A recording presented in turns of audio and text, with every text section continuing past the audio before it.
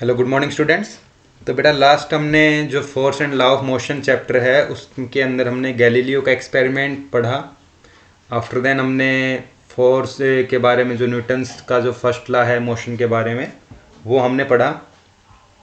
Law of inertia पढ़ा और inertia और मास में क्या रिलेशन है उसके बारे में हमने पढ़ा। ठीक है, तो लास्ट हमारा टॉपिक था इनर्शिया क्या होता है।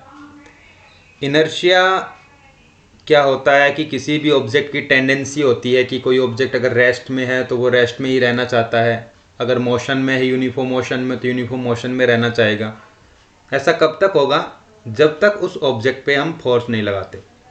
अगर कोई ऑब्जेक्ट रेस्ट में है तो अगर उस पर फोर्स नहीं लगाओगे तो रेस्ट में ही रहेगा हमेशा। यूनिफॉर्म मोशन में है, फोर्स नहीं लगेगा तो कंटिन्यू यूनिफॉर्म मोशन में रहेगा। तो ऑब्जेक्ट की स्टेट चेंज करने के लिए फोर्स की रिक्वायरमेंट हमारे पास पड़ती है।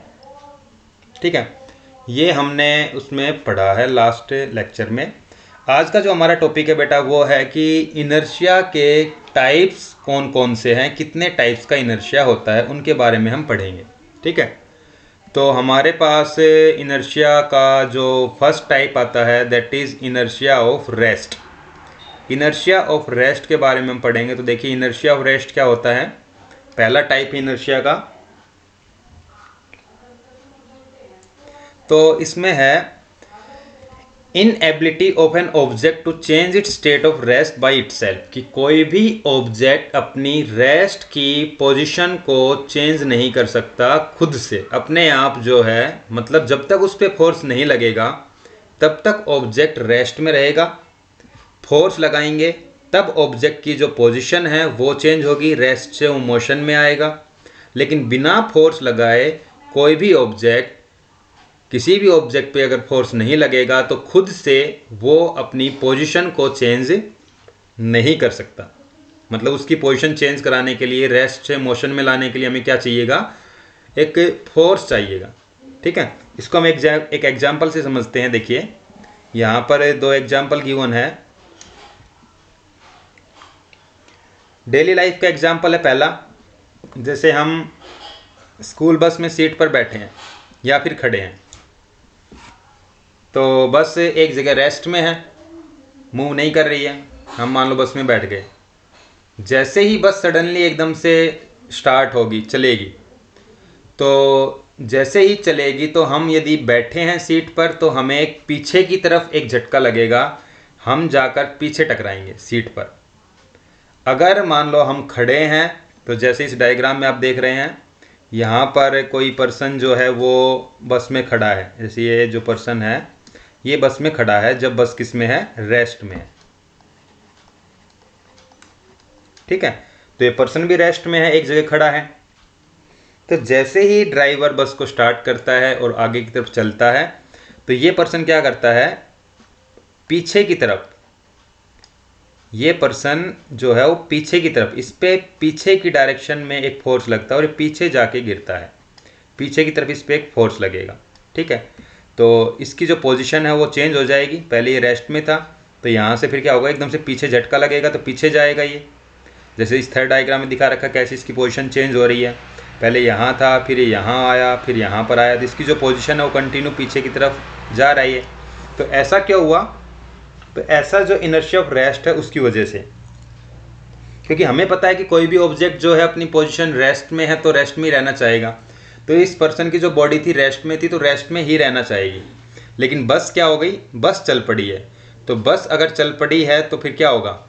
इसकी बॉडी बस के साथ, बस मोशन में आ गई तो इसकी बॉडी भी मोशन में आएगी। तो मोशन में आने के लिए क्या चाहिएगा? फोर्स। तो जो झटका लगता है इसके ऊपर, पीछे की तरफ जो फोर्स लगेगा, पीछे की तरफ एक झटका लगेगा तो उससे इसकी बॉडी रेस्ट से मोशन में आ जाएगी। ठीक है, उसके बाद कंटिन्यू बस मोशन में रहेगी और इसकी जो बॉडी है इसके साथ साथ मोशन में रहेगी। तो इनिशियली जब इसकी बॉडी बस स्टार्ट होती है, सडनली चलना शुरू करती है, तब इस पे फोर्स लगेगा पीछे की तरफ, बस जाएगी आगे की तरफ। तो ये जो यहाँ पर फोर्स लगेगा, इस फोर्स के लगने के बाद में इस पर्सन की जो बॉडी है वो किस में आ जाएगी? मोशन में आ जाएगी। ठीक है, दूसरा एग्जाम्पल, जैसे मान लो आप एक गिलास लेना और गिलास के अंदर कुछ वाटर डाला हुआ हमने, ऊपर ये जो गिलास के ऊपर हमने रखा है ये कार्डबोर्ड है, ठीक है। और इस कार्डबोर्ड के ऊपर यहाँ पर हमने एक कॉइन रख दिया, एक सिक्का रखा हुआ है। यहाँ पर एक क्या रखा हुआ है, कॉइन है, ठीक है। अभी कार्डबोर्ड भी रेस्ट में है, कॉइन भी रेस्ट में है, ठीक है। तो हमें क्या करना है, हमें अपनी उंगली की हेल्प से इस कार्डबोर्ड को, जैसे इस डायग्राम में दिखा रखा है, उंगली की हेल्प से इस कार्डबोर्ड को तेजी से क्या लगाना है, इसके ऊपर एक फोर्स लगाना है, तेजी से इसको पुश करना है। तो जैसे ही आप इसको तेजी से पुश करेंगे तो कार्डबोर्ड तो मोशन में आ जाएगा, लेकिन कॉइन की टेंडेंसी रेस्ट में है, ये तो रेस्ट में रहना चाहेगा। तो कार्डबोर्ड तो अपनी जगह से हट जाएगा, साइड में गिर जाएगा, और जो एक कॉइन है ये कॉइन आकर आपका ग्लास में गिर जाएगा। तो ये जो कॉइन है, ये कॉइन जो है आकर आपका यहाँ गिलास में फॉल हो जाएगा, यहाँ पर, ठीक है। ये जो कॉइन है ये आपका गिलास में आकर गिर जाएगा, क्योंकि कॉइन की टेंडेंसी रेस्ट में रहने की थी। तो जैसे ही कार्डबोर्ड को आपने फोर्स लगाया, कार्डबोर्ड को अपनी फिंगर से धकेला, तो ये जो कार्डबोर्ड है ये तो चला जाएगा साइड में, और ये कॉइन जो है, ये कॉइन क्या होगा, आकर गिलास में गिर जाएगा। लेकिन ये जो प्रोसेस है इंस्टेंट, बहुत तेज़ी से आपको कार्ड को धक्का देना है। अगर आप धीरे धीरे कार्ड को मूव कराओगे तो ये कॉइन भी धीरे धीरे कार्ड के साथ मूव करने लग जाएगा। तो इसको तेज़ी से फोर्स लगाना है और ये कॉइन जो है वो सीधा आकर आपका गिलास में गिर जाएगा। तो ये भी जो एक एग्जाम्पल है ये किसका है, इनर्शिया ऑफ रेस्ट का है। तो इनर्शिया ऑफ रेस्ट का मतलब समझ गए कि जब भी कोई ऑब्जेक्ट रेस्ट में होता है तो वो रेस्ट में ही रहना चाहेगा, अपने आप से मोशन में नहीं आ पाएगा। तो ये इनर्शिया ऑफ रेस्ट है। क्लियर। सेकंड जो टाइप है इनर्शिया का, that is inertia of motion. Second type है इनर्शिया ऑफ मोशन। अब इनर्शिया ऑफ मोशन क्या होता है, देखिए कि अगर कोई भी ऑब्जेक्ट मूव कर रहा है, मोशन में है, तो वो ऑब्जेक्ट अपने आप से रुक नहीं सकता, अपने आप से उसका जो मोशन है रुक नहीं सकता, मतलब वो रेस्ट में नहीं आ सकता। उसको रेस्ट में लाने के लिए भी एक फोर्स की ज़रूरत पड़ेगी। तो इसको भी हम एक एग्जांपल से समझते हैं। तो यहाँ एग्जांपल में जो है एक ड्राइवर है, कार चला रहा है। तो ये अभी जो है कार जो है मोशन में है, ठीक है। जो कार है इस डायरेक्शन में जा रहा है, ये मोशन में, ठीक है। तो ये कार जो है ये मोशन में है। तो जैसे ही ड्राइवर एकदम से सडनली ब्रेक अप्लाई करता है, कार के ऊपर ब्रेक लगाता है, तो अगर वो सडनली कार को रोकता है, तो जैसे ही कार को वो रोकेगा तो क्या होगा, उस पर्सन के ऊपर आगे की डायरेक्शन में एक फोर्स लगेगा, फॉरवर्ड डायरेक्शन में, और आगे की तरफ जाकर गिरेगा। और इसने सीट बेल्ट बांधी हुई है, तो सीट बेल्ट इसीलिए ही बांधते हैं कि जैसे ही ब्रेक अप्लाई होंगे तो जो बॉडी है वो आगे की तरफ मूव करेगी, क्योंकि वो कंटिन्यू मोशन में रहना चाहेगी, ठीक है। गाड़ी मूव कर रही थी, हमारी बॉडी भी साथ साथ मोशन में थी। जैसे ही ब्रेक लगाया, गाड़ी तो रुक गई, लेकिन हमारी बॉडी कंटिन्यू क्या रहना चाहेगी, मोशन में, तो कंटिन्यू आगे जाएगी। तो जैसे ही ब्रेक लगेंगे तो वैसे ही इस पर्सन की बॉडी क्या है, आगे की तरफ जा रही है। तो जैसे ही ब्रेक लगाएगा तो ये बॉडी आगे की तरफ जाएगी, इस पर एक फोर्स लगेगा, उस फोर्स के बाद में इसकी बॉडी किस में आ जाएगी, रेस्ट में आ जाएगी। गाड़ी भी रेस्ट में आ गई और इस पर्सन की जो बॉडी है वो भी रेस्ट में, लेकिन बिना फोर्स के नहीं आएगी।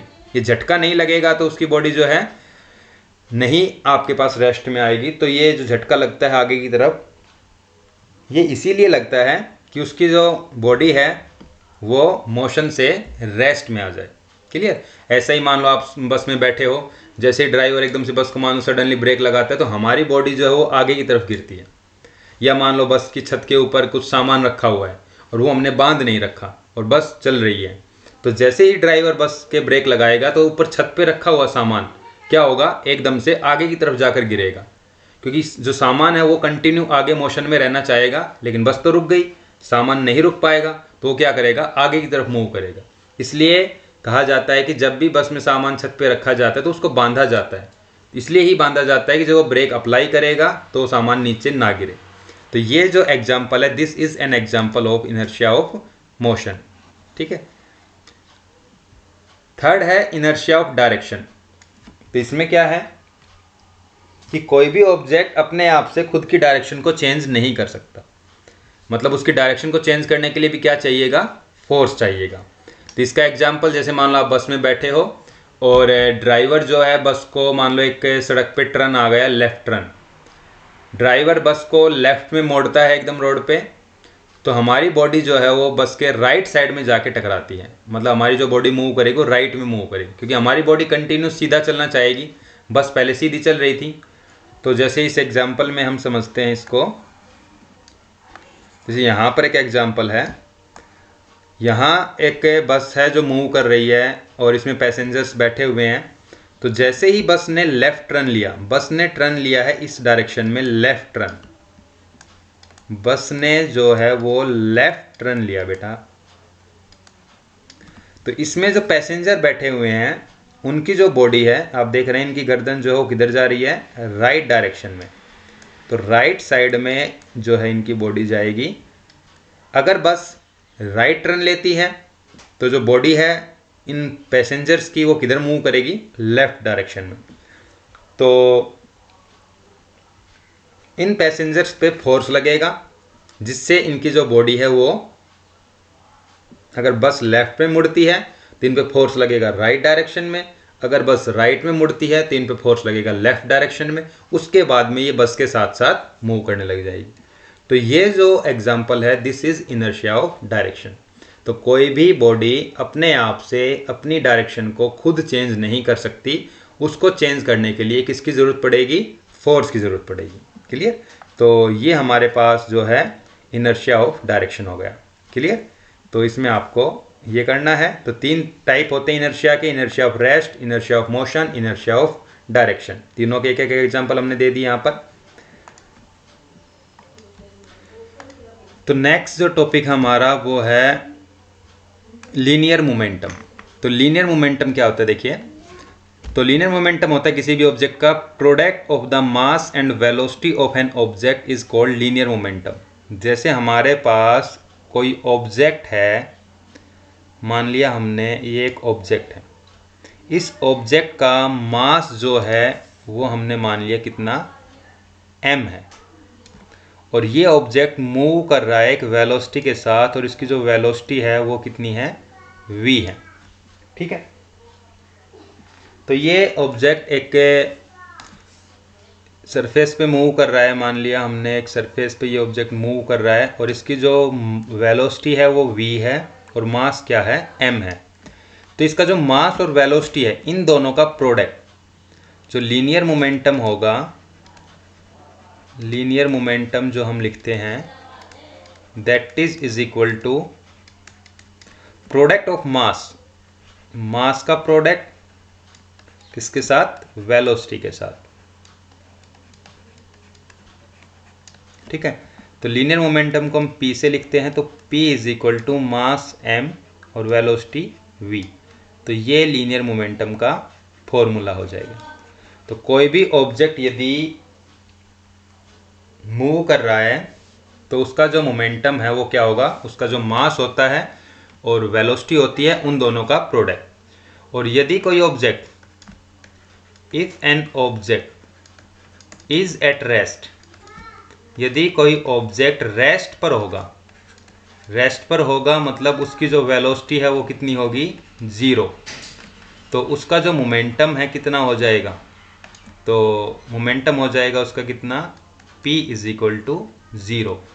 क्योंकि किसी भी ऑब्जेक्ट का मास कभी भी 0 नहीं होता है। अगर वेलोसिटी 0 है तो मास की 0 से गुणा करेंगे तो कितना आएगा, 0 आएगा। तो p क्या होगा, 0 रहेगा। तो कोई भी ऑब्जेक्ट रेस्ट में होगा तो उसका मोमेंटम, लीनियर मोमेंटम 0 रहेगा। ठीक है। इसके बाद में बात करते हैं इसकी यूनिट्स की, कि जो SI यूनिट है, SI यूनिट जो है लीनियर मोमेंटम की, SI unit of linear momentum, linear momentum की SI यूनिट क्या आएगी। ठीक है। तो देखिए मास को हम मापते हैं किलोग्राम में,